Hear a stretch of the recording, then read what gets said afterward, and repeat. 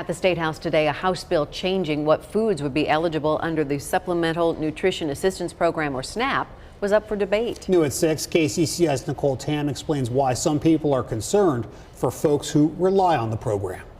Lawmakers in the subcommittee spent about 20 minutes listening to testimony. Now, some people did have concerns over what items those SNAP dollars would cover. This bill punishes poor people, increases program stigma, and pushes the false notion that low-income Iowans cannot be trusted to make the best food choices for their families. What's qualified for SNAP listed on the bill includes real eggs, real meat, all fruits and vegetables, along with pasta, rice, and legumes. The Iowa Beverage Association shared its worries over that list. There are literally hundreds of brands of low calorie, no sugar brands that are on your grocery stores.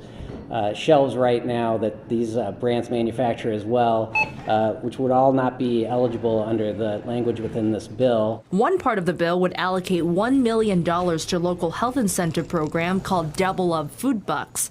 That's a component many people who testified agreed with.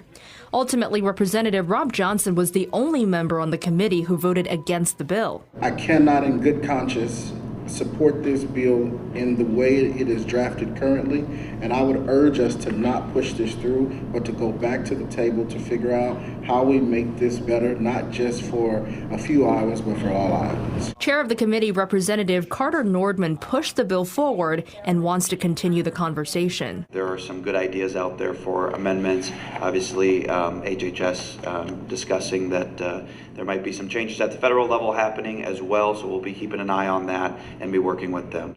The bill did make it out of the subcommittee. That means it'll be up for discussion in the full House Health and Human Services Committee. At the State House, Nicole Tam, KCCI 8 News, Iowa's news leader. An Eastern Iowa organization released its findings from a new poll that looked into food insecurity in our state. The Iowa Food Bank Association asked 636 registered voters how they feel about state food assistance programs. 68% believe SNAP benefits farmers and those experiencing food insecurity. A representative from the organization talked about those findings in a House subcommittee hearing this afternoon.